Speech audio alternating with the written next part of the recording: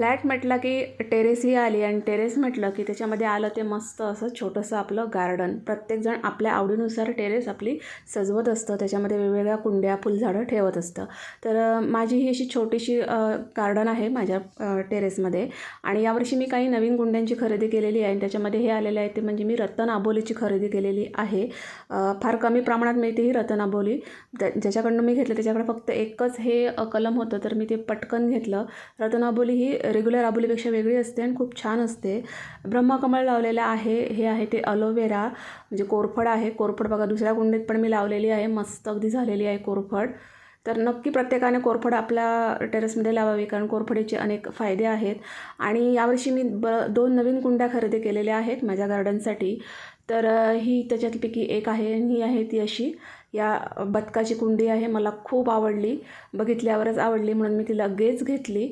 हे बघा खूप छान आहे ही कुंडी आणि एकदम सिरॅमिकची आहे, दिसायला पण खूप छान आहे. तुम्ही इनडोअर आउटडोअर कुठेही तुम्ही ही कुंडी वापरू शकता. आणि त्याच्यामध्ये मी हे सदाफुलीचं सध्या झाड ठेवलेलं आहे. तर मस्त आहे कुंडी, मला खूप आवडली. एकदम सुंदर आणि सुरेख दिसते. हे बघा सदाफुलीचं सध्या मी याच्यामध्ये झाड ठेवलेलं आहे, ते पण याच्यामध्ये एकदम छान दिसत आहे.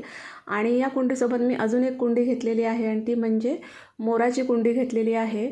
तर ती पण मला कुंडी खूप आवडली बघितल्यावर. तर माझ्याकडे असं एक ऑलरेडी हे झाड होतं, तर ते मला या मोराच्या कुंडीमध्ये एकदम सूट वाटलं म्हणून मी ते इथं लावलेलं आहे. आणि मस्त आहे ही पण कुंडी. तर आपल्या रेग्युलर शेपपेक्षा अशा वेगळ्या कुंड्या जर घेतल्या तर आपलं गार्डन जे आहे, टेरेस गार्डन जे आहे ते अजून सुंदर होतं. त्याचं डेकोरेशन म्हणा, त्याची सजावट म्हणा, अजून खूप छान सुंदर होते. बघू शकता मोराची कुंडी पण किती सुंदर आहे. तर ह्या दोन्ही कुंड्या म्हणून मला 850मध्ये मिळालेल्या आहेत. दोन्ही कुंड्या म्हणजे एक कुंडी मला 425ला पडलेली आहे.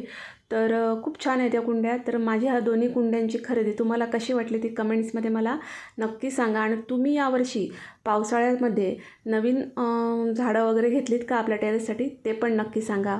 थँक्यू.